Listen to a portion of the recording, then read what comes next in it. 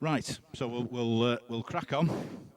Ian, GM3SEK, has been a great supporter and contributor to the convention over the years, with a lot of wise words spoken. And this one, I'm sure, be no different. VHF, UHF Baluns, fact and fancy. Take it away, Ian. Thank you very much. Oh, okay, thanks, Richard. Sometimes I ask for a show of hands, but I can see who's here, and it's the people who are interested in high-performance VHF and UHF stations. So we're just continuing the same theme that John started with his talk this morning, and it's continuing in more ways than one. Well, first of all, everybody knows what a balun is, right? It's that thing that you put between the top of your coax feed line and the two terminals on the driven element of your Yagi. Yeah, okay. Exactly why we have this thing,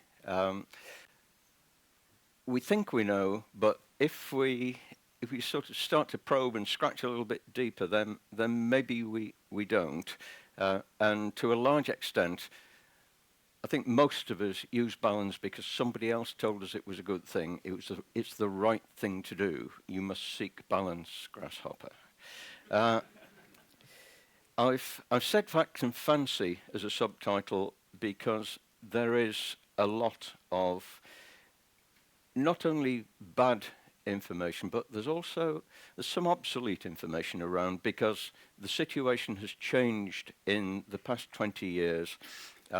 It changed on HF, which is where the technical developments had to begin,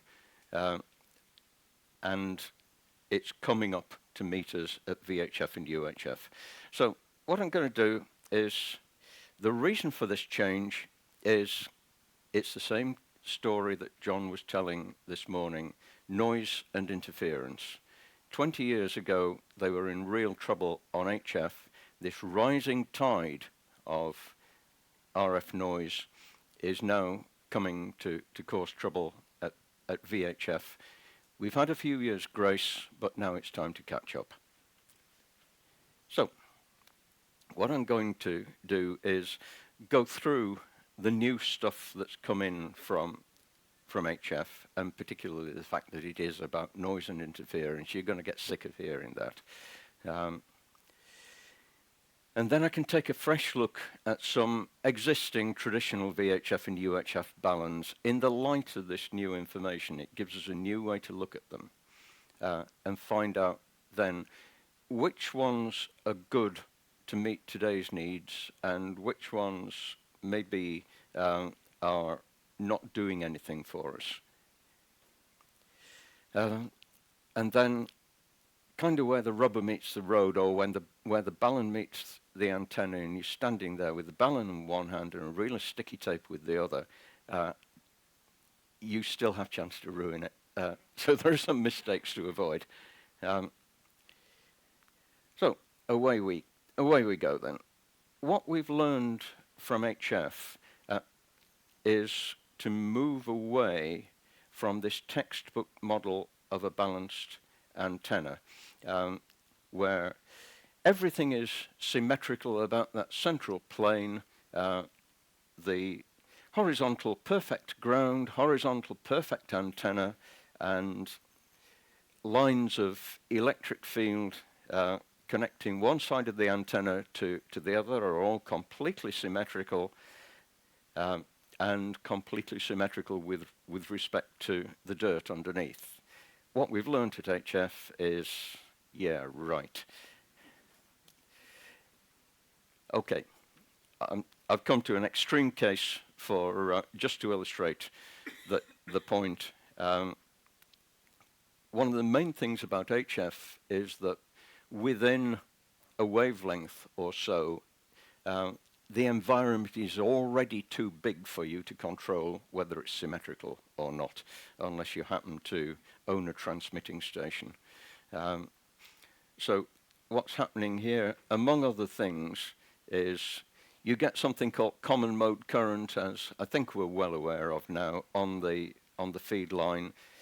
This it causes the feed line to radiate. It also induces RF currents on TV downleads, mains wiring, high risk of various forms of RF interference from your transmission. Okay, so that's part of it. The other part that's really affecting the whole hobby is that all of this stuff works in the opposite direction as well. And what's changed in the past 20 years is that our own homes have become quite potent sources of RF interference and noise. So it's crawling around our mains wiring, etc. It gets induced onto our feed lines, pick up noise from the house, faithfully transport it upwards as common mode current, and then it appears at the feed point of the antenna as RF noise and interference, and then we're stuffed because there's no way to get rid of it again. And we find that our noise levels on receive are rising and rising. Well, we found some answers on HF, and even today I've had people coming in saying, you know, from your talks and your articles 2 or 3 years ago, we've tried it, it works. The noise level has gone down due to doing the right thing in the right place, and above all, understanding why you've done it. So, we know that it's an EMC problem. It's no longer about this mystic thing called balance. It's about common mode RF currents and how to stop them. So at this point, I need to sidetrack and just nail down a few things about the private life of coax cable. The first thing to say is that the inside of a coax cable is completely private and screened from the outside world. At the lowest level, teaching foundation people, you can say that and they'll go, yeah, okay, they'll accept it. Same goes for intermediate and advanced. When you get a little bit beyond advanced, then people start to question that. But if you go far enough, it becomes true again, unless there's something wrong with the coax. And this is because of the skin effect, so which means that RF currents only flow on the surfaces of conductors and flow through sideways through the conductor does not happen. RF currents get expelled to the surface because of the fact that the current is alternating, basically. As far as coax is concerned, this means that the shield of coax has two surfaces. There's the inside surface and the outside surface. The inside surface is part of its private life. The outside surface is a separate live conductor that can carry unwanted RF currents. It's a single fat wire, and a fat wire carrying RF currents is otherwise known as an antenna, whether you want it to be or not. Looking in more detail, coax connected directly to a dipole type thing. Right, coming in from the left-hand side, the current on the left-hand leg of the antenna, which has been labeled I4, there's only one connection there to the inside, the center conductor of the coax. I4 is I1, it's the same current, disappears down the inside.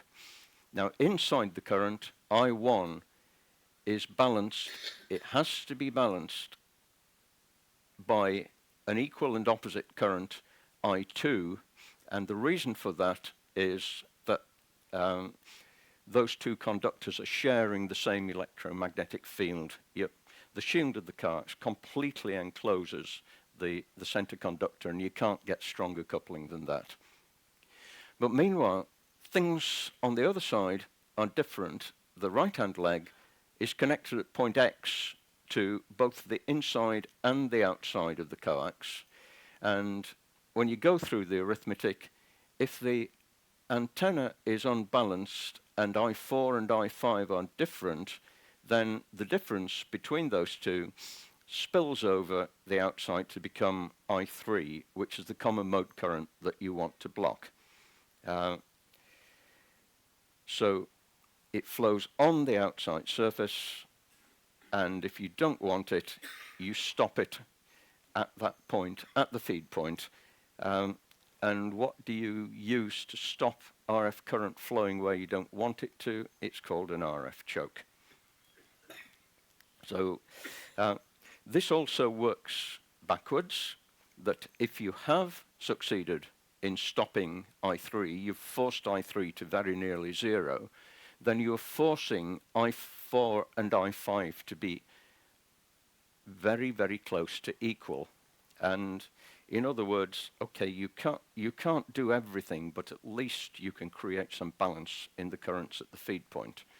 It may go to pop further out, especially in an HF situation, but you've fixed a problem at the feed point, and you're stopping RF noise coming up the outside of the coax, so to speak. It doesn't actually reach the feed point, and this is where people are saying, my noise level has come down, and in some cases they're saying, I've got my hobby back, because the situation on HF, as you well know, can be quite dire. So we've got those two things nailed down. The third insight that's come up from HF is that there are two completely different families of baluns, which the person who identified this is actually Roy Llewellyn W7EL, who is the author of the EasyNeck software. He labeled these things. The RF choke type thing that blocks unwanted current, he's called a current balun. The important thing is that the defining thing is that it targets RF current. The other one is a voltage balun, which aims to equalize voltages. Looking at that, this is the traditional thing you see in circuit diagrams of push-pull amplifiers. That one at the input, unbalanced input, two balanced outputs there, which you can then feed on to the push-pull amplifier, and you'll find another balun turned around at the other end to give you a single-ended output. This thing creates equal and opposite voltages at its terminals relative to that ground point. Fine. On a circuit board, that's great. The problem when you put it up at the feed point of an amplifier is you no longer have that ground connection. There is no ground up at the top of an aerial. It's many wavelengths away. There is no magic bucket of earth. What you've done, you've connected your coax and fine, thought it through as far as the point where you say, right, so whatever's inside the coax is private, great. What has been forgotten by using that kind of balun dangling up at the feed point of an antenna is that you've also connected the outside surface of the coax, which is radiating and carrying RF currents. So the next insight is that a voltage balun doesn't prevent common mode currents, and in fact the better it performs as a voltage balun, the more completely transparent it is to passing common mode currents straight through onto the outside of the coax.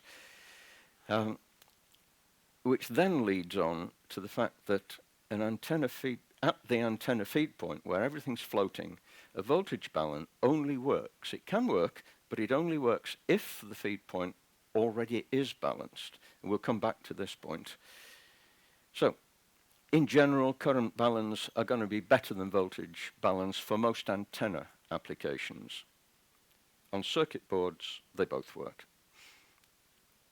A final point worth throwing in is that accurate measurements on baluns are difficult. Even at HF, been there, tried that, made the mistakes. Hold that thought, because if it's difficult at HF, imagine what it's going to be like at VHF and above. So, what is different? I'm still getting ahead of myself.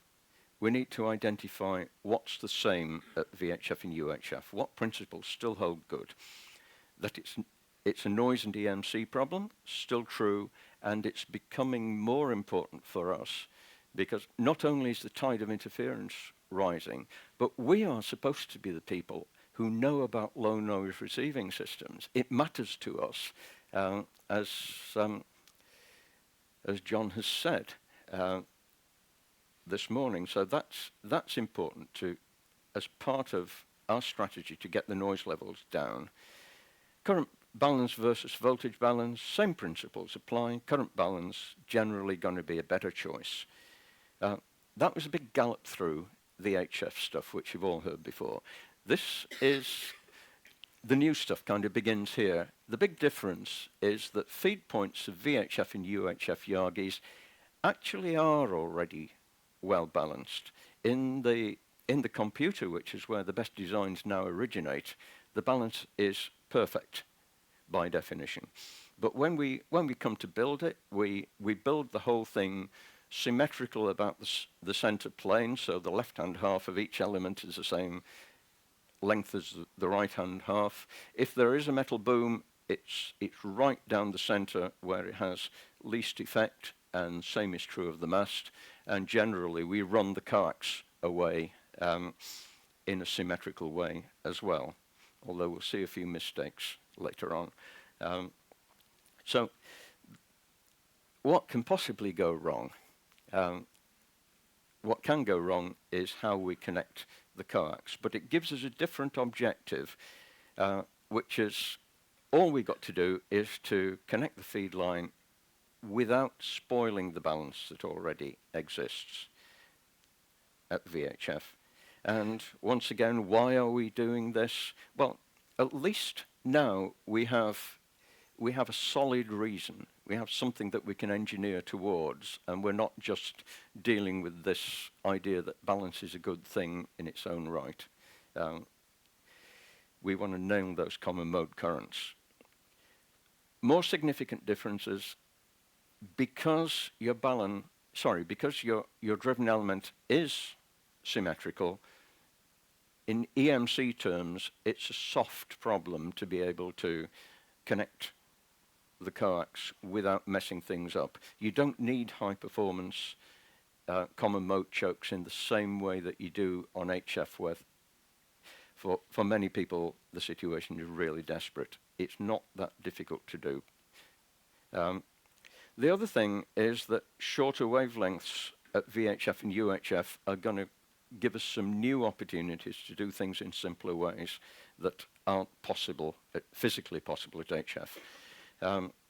We need to remember that boom, and one reason we need to do that is that if we have common mode current on the coax, you tape the coax to the boom, they will be coupled together, and so the boom will radiate as well. If the boom don't radiate, the coax will. And this radiation is sideways from the boom.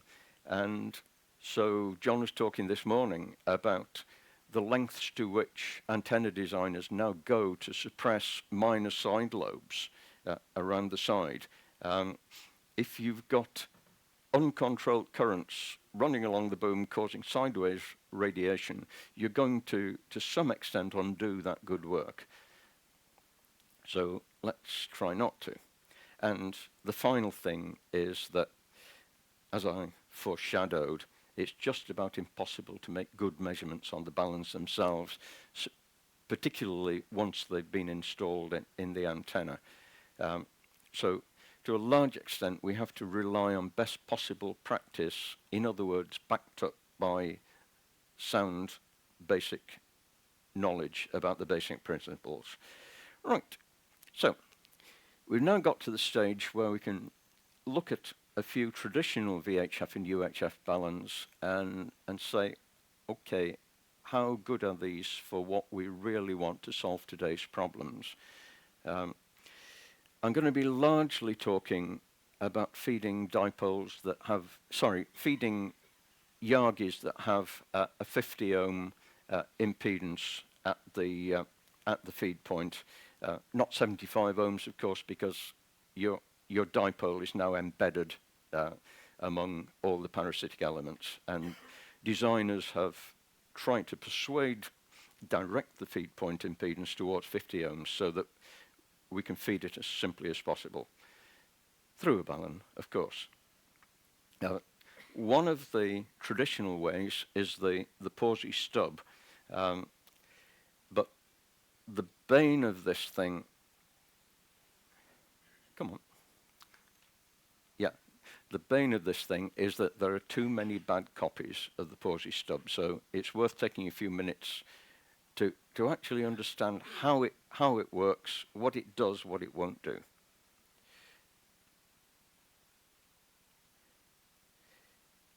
Beg your pardon. No, what has happened here?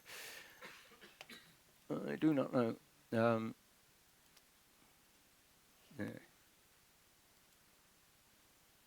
Come on. Yeah. Oh, okay. Yeah.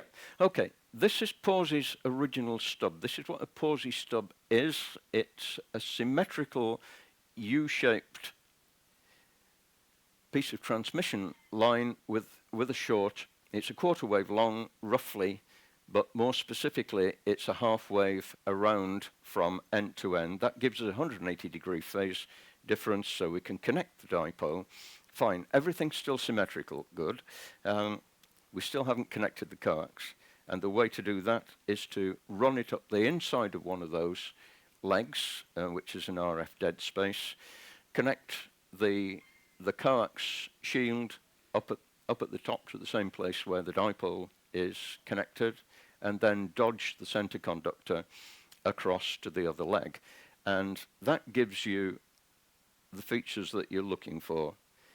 It is in fact a voltage balun because it's driving equal and opposite voltages into the dipole relative to the plane of symmetry. It gives a one-to-one impedance match, so it's suitable for 50 ohm feed points, but it's doing nothing to stop common mode currents. They do not feature in the design or the properties of this thing.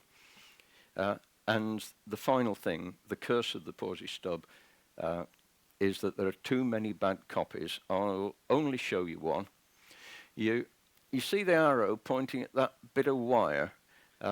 That's a quarter wavelength long piece of wire going from one side of the feed point at which the coax is connected, runs parallel to the coax and is then soldered onto the coax jacket. Okay, it works. It even works EME, but it's not a pawsey stub. It's seriously missing the point about the two legs of a pawsey stub needing to be symmetrical. It's not the fault of the guy who built it, because he's swimming in a sea of bad information. But it's not a pawsey stub, and whatever he thought it was doing, or whatever who advised him thought it was doing, it ain't. Another one. The half-wave loop balun for a 200 ohm folded dipole. I'll just describe this very, very briefly. Must also acknowledge some of the artwork from Hartmut DG7YBN, who has a very good web page that I will refer you to. He's done a lot of modern work on baluns and stubs and their properties. Yeah, this half-wave loop is also found. The Americans are very fond of it, like M squared, as something that you connect to a symmetrical T match either side of the driven element. And what it's doing is transforming the impedance up to 200 ohms, while at the same time driving equal voltages with 180-degree phase shift, which is created by that electrical half-wave loop of coax. Fine. It's a voltage balun again.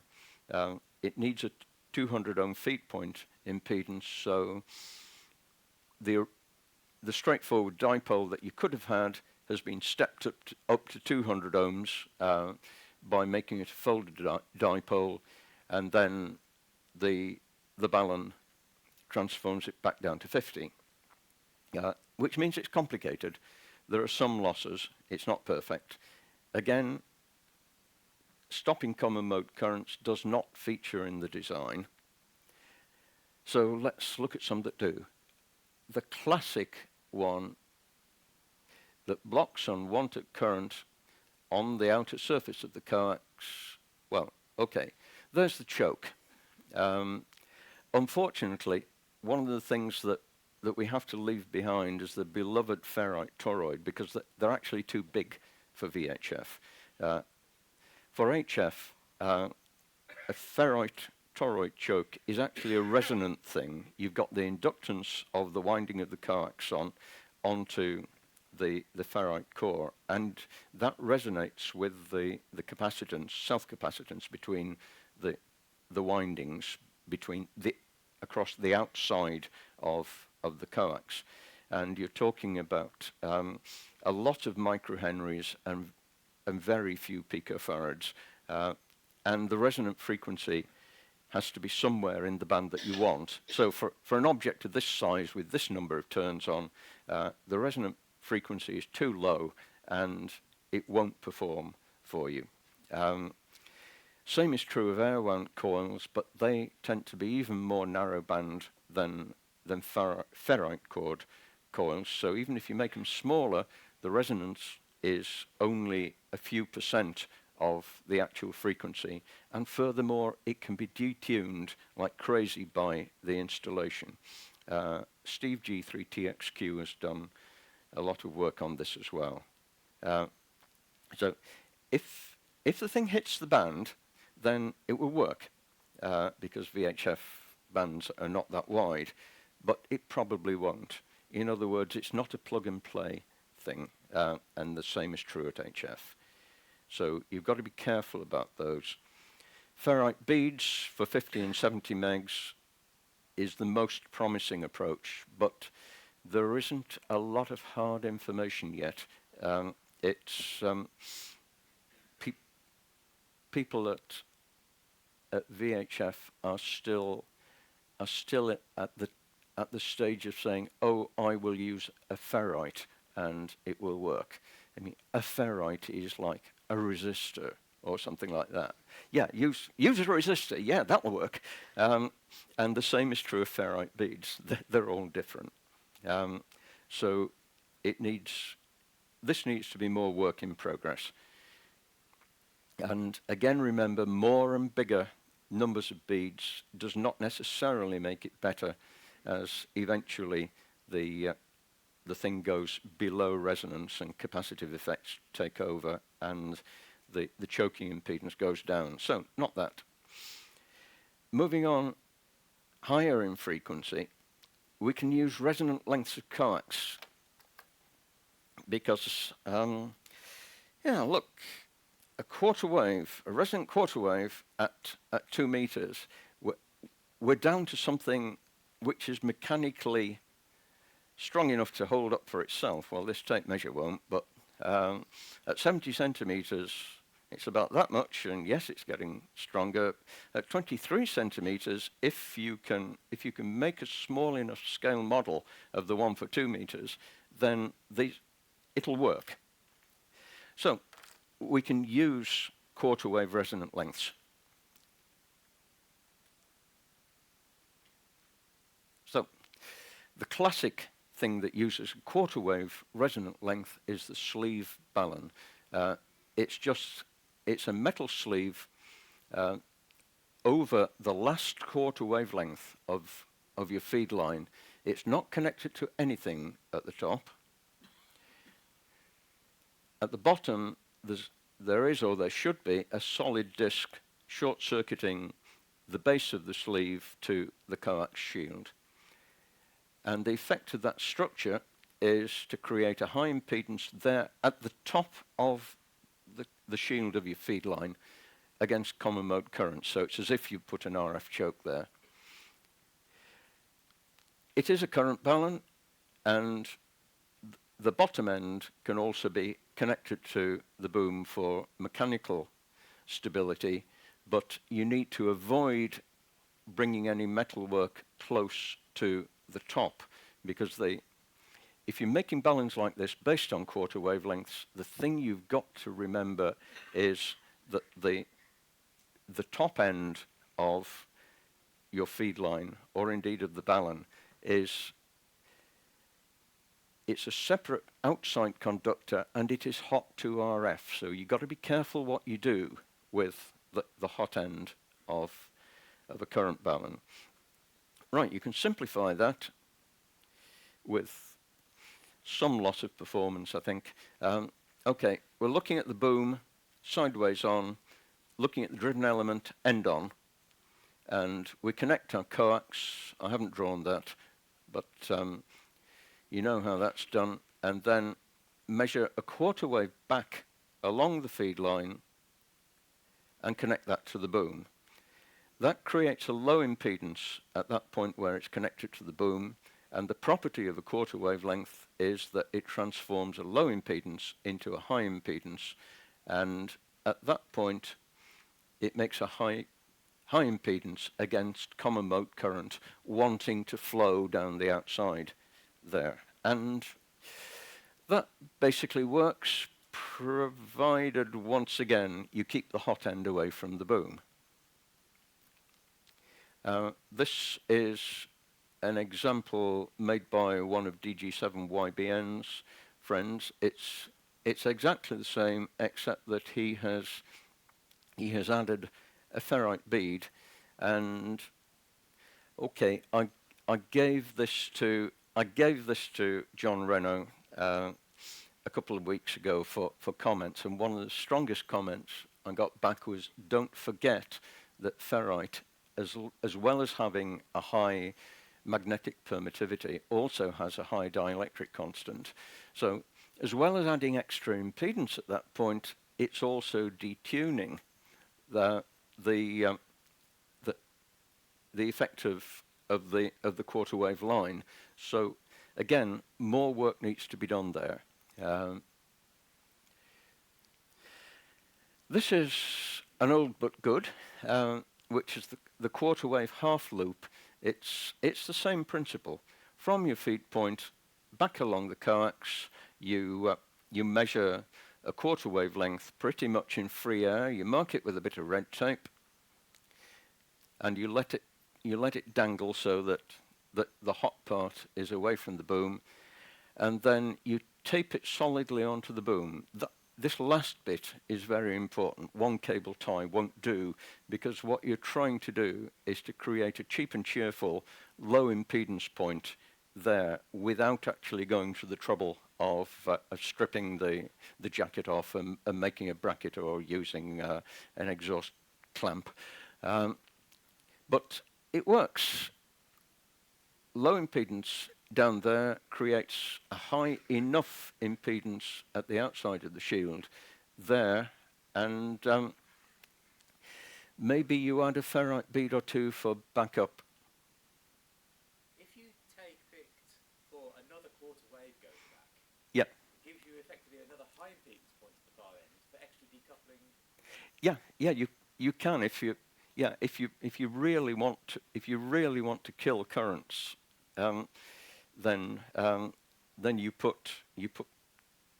you apply whatever you were going to do at quarter wave intervals, but all you're going to do in this case is to force the current onto the boom instead. It'll always take the easy option. I've used this for quite a while, and over the years, the last one I built, I actually put on a ferrite bead or two, and it had no effect at all. And being a glass half full person, I take that to mean that the bare loop of Coax was in fact doing quite a good job in its own right in suppressing the common mode current. It's more effective than it looks.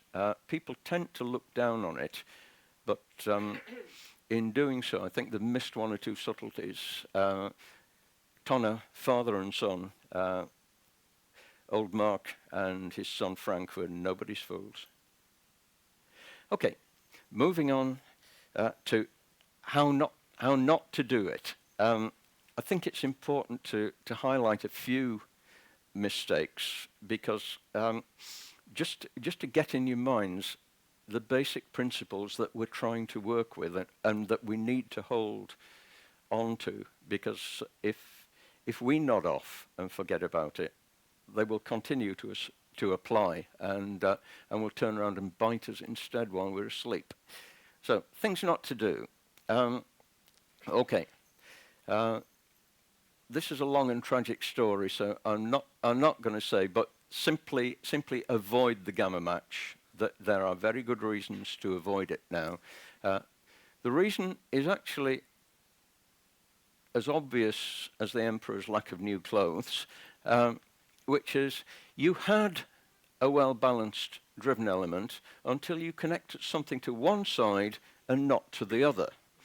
What the gamma match has done, it's very, very old. It's an old and good way of impedance matching, but it's, as far as our modern requirements for avoiding noise pickup are concerned, it's a bit of a disaster, because by unbalancing the driven element, it has actually created a source of common mode current. It's actually driving common mode current out onto the boom. And I had a very clear example from my own experience of the trouble that caused on receive. I nearly missed 6 meters altogether because I thought it was a noisy band, but it actually ain't. So it destroys balance. It's not to be used in today's antennas.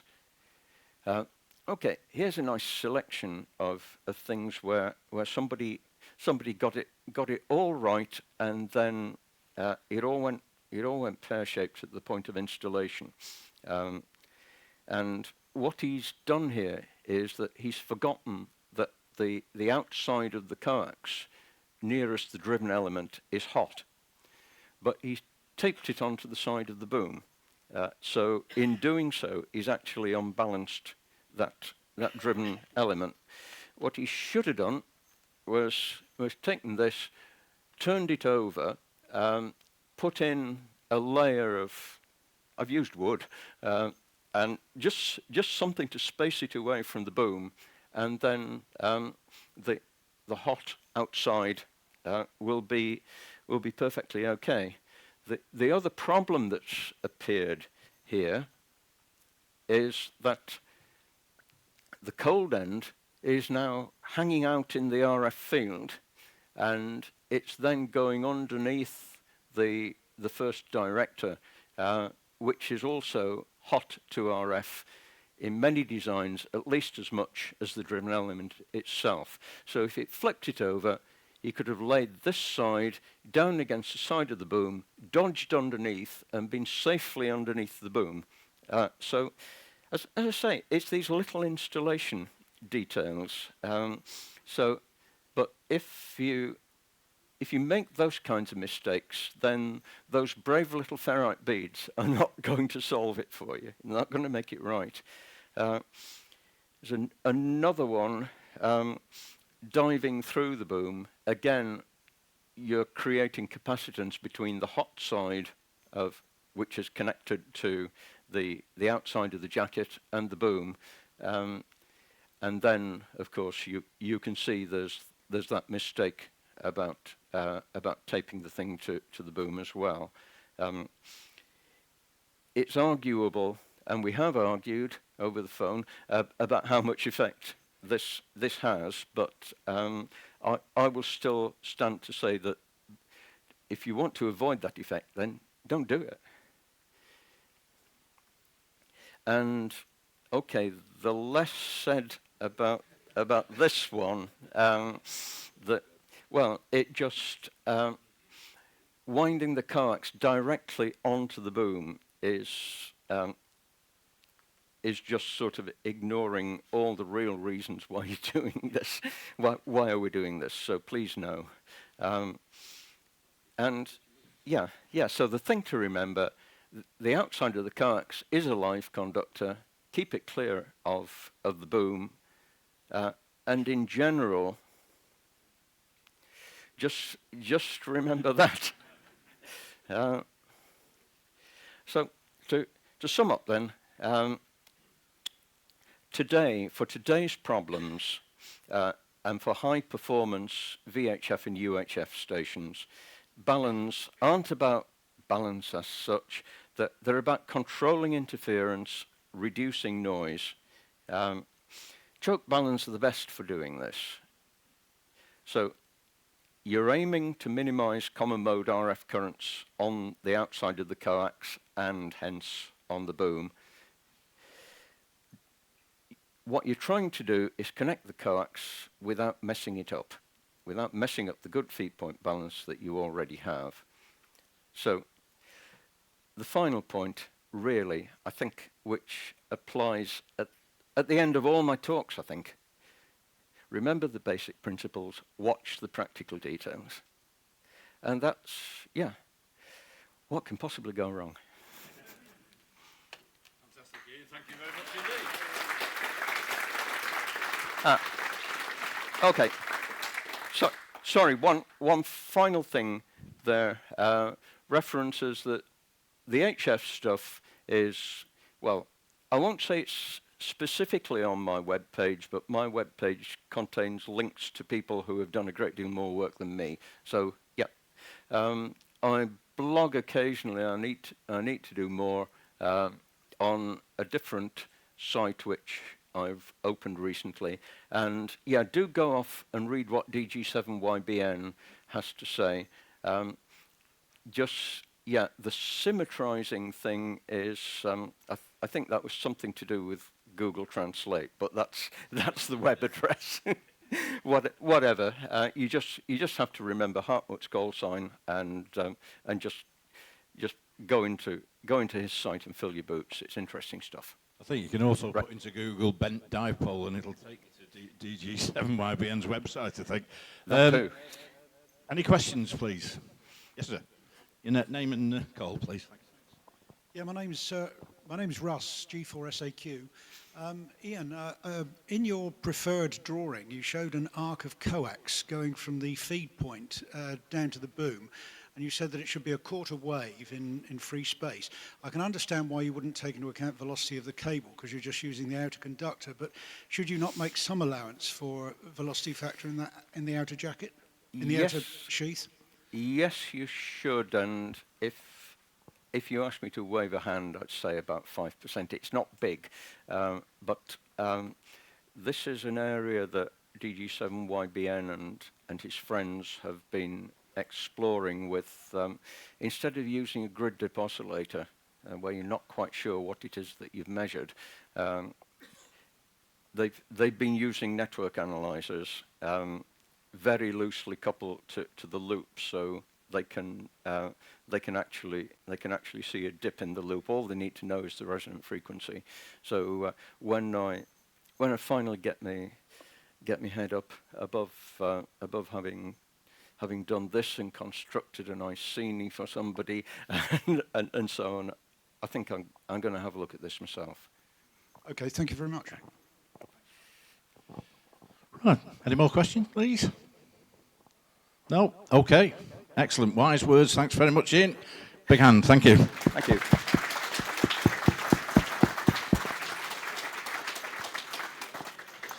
Right. Well.